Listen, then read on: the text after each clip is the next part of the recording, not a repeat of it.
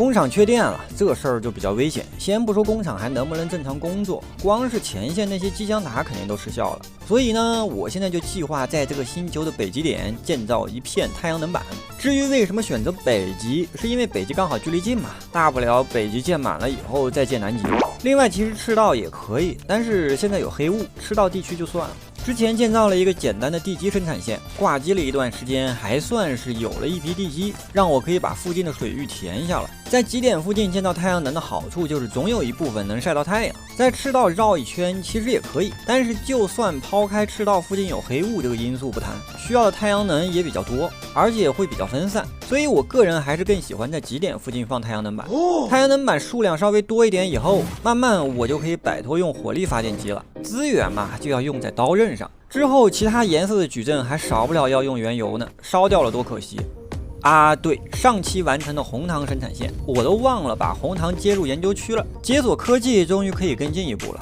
建造太阳能板的瓶颈其实在于生产硅块，在这颗星球上没有现成的硅石，所以只能从石材里提炼了。能提炼倒是能提炼，但是产量特别低，现在只能先凑合用一下。等我到其他星球了，就可以直接空运纯硅石了。如果我记得没错的话，等开始制造黄糖的时候，就必须去其他星球采集资源了。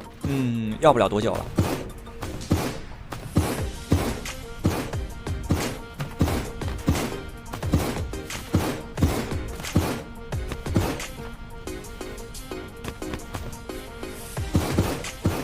好了，太阳能板又用完了，电量嘛，我感觉是不是刚刚勉强够啊？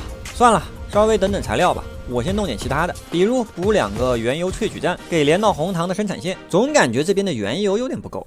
好家伙，什么玩意儿？黑雾巢穴怎么这么大了？不是扩建，是距离近啊！这黑雾巢穴不会是越飘越近了吧？最后直接就悬停在这个星球上空了？我这还没发展个啥，现在就进攻，不至于吧？哎，在这个气态星球后面啊，我有个想法，黑雾巢穴是不是也是按照某个轨道在运行？只是现在恰好距离比较近而已。而且左上角太空黑雾巢穴的威胁度也一直没变化，近期应该不会有来自太空的黑雾攻击。看一下星图吧。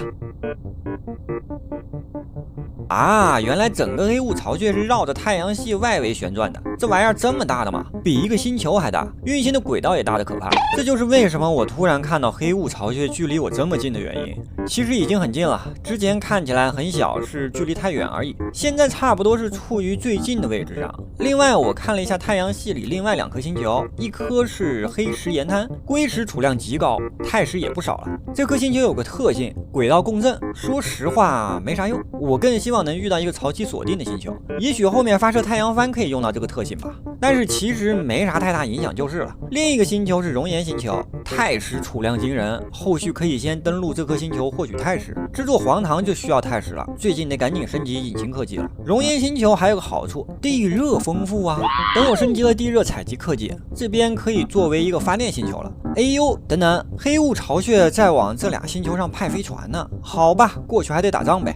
说到打仗，趁着现在升级科技没事儿干，我先把地面黑雾巢穴旁边的防线重新修建一下，机枪塔放整齐嘛，然后放个传送带，自动上弹药，我也能省点事儿。弹药的生产线这边就暂时先不放了吧，等后面升级了伤害更高的弹药以后再说。现在顺手给储物箱里放几百发弹药，基本上也够了。黑雾的主动攻击要等很久才会来一次呢。当然，有时候我也会挑逗一下他们，但总的来说弹药消耗不大。现在黑雾等级只有1级，10几个机枪塔完全够用，打起来毫不费力。我甚至最近都没打算建造炮塔，还是得优先解决电力问题，多弄点太阳能，为接下来的黄糖生产线要做准备了。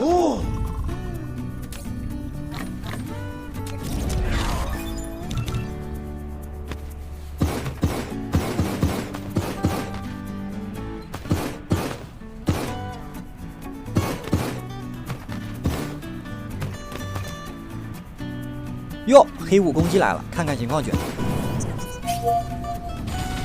入侵的机械体强28个，问题不大。从开始到结束连10秒都没有。行了，防线坚不可摧，安心发展工厂吧。挂机升级科技，顺道给研究站扩建了一下，直接把研究站数量扩充到20个。好了，那今天就先到这里啦，我们下期继续，各位拜拜。